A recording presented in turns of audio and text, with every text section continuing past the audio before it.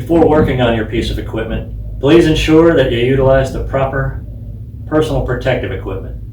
The facility I'm working in requires safety glasses, gloves, arm sleeves, and hearing protection. Great.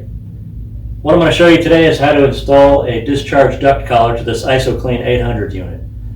When utilizing discharge duct collar, it will allow you to connect a duct and utilize the unit for negative pressure isolation. The first thing you have to do is remove the grill. If you push down on the grill and pull it forward, the grill comes out.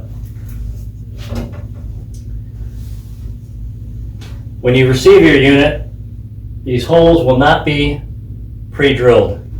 So I suggest taking your discharge duct collar and taping it to the front of the unit.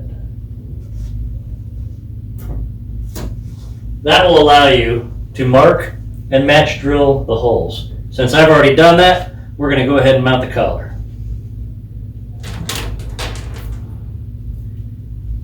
You'll need 6 screws.